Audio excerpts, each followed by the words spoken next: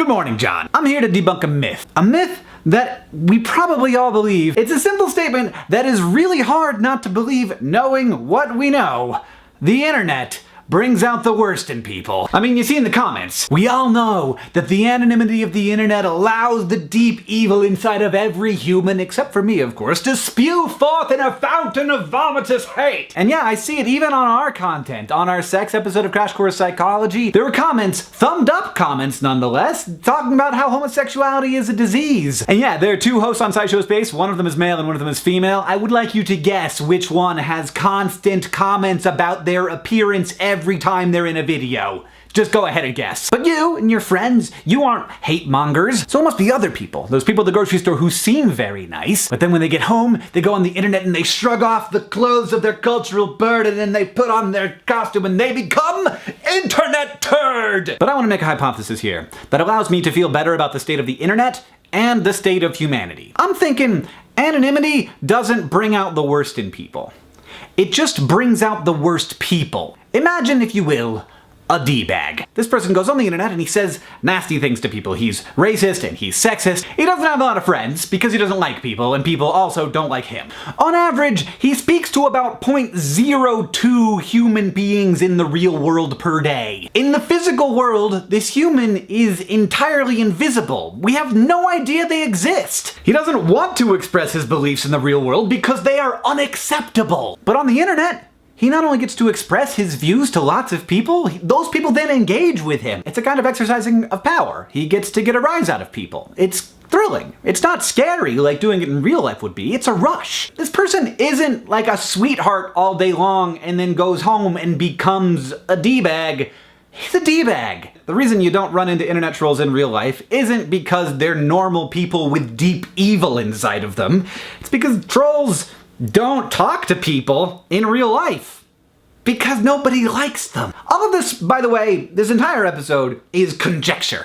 I've got no research to back this up, but it would be fairly easy research to do because I think internet trolls would be super excited about filling out surveys that graduate students in psychology gave them because they probably love to talk about themselves. Because it seems pretty likely to me that at least a good portion of them are narcissists. And honestly, I think understanding this and understanding those people is really important because I think the narrative of the hateful internet negatively affects the culture of the internet. People hear and believe that comments are a nasty place. They are certainly a much more nasty place than we tend to interact with in the real world. The result is that fewer and fewer normal, not trolly people interact in those spaces, and they get worse and worse. While at the same time, we prove over and over again that the internet can actually be a place where lots of really cool and great things happen. But if we all think that the internet is less great than it is, it will become less great because we think that. And my even greater worry is that people will look at the comments of a YouTube video and say, look, a third of these people, at least, are just terrible. They're bad people. And then by extension, those people will assume that a third of all people are terrible and that all social spaces are hostile and antagonistic, which is very not the case. What we're looking at down in the comments is extreme selection bias. People don't want to comment because it seems like a hostile place, so only hostile people comment. Also, on any YouTube video, you've got a lot of people watching it. Just imagine for a moment that 100,000 people gather in a room. It's a stadium, a very large stadium.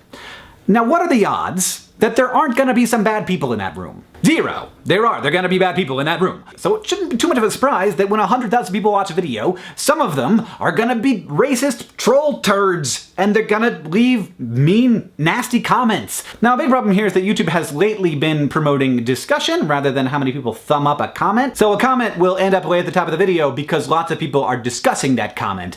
That isn't usually because there's a good discussion happening there. It's usually because that first comment was extremely inflammatory and wrong, and people are arguing about it. And the trolls are loving it. That's an algorithmic problem. I don't know if they know about it, but it seems pretty obvious. It's totally feeding the trolls. Like, the whole point of a troll is to try and get discussion because they want to get a rise out of people, they want that rush, and they want some human interaction, which they don't get in the real world because people don't like them. Let me guarantee you, as a person who has met a number of people, most of them, like 90% of them, are good.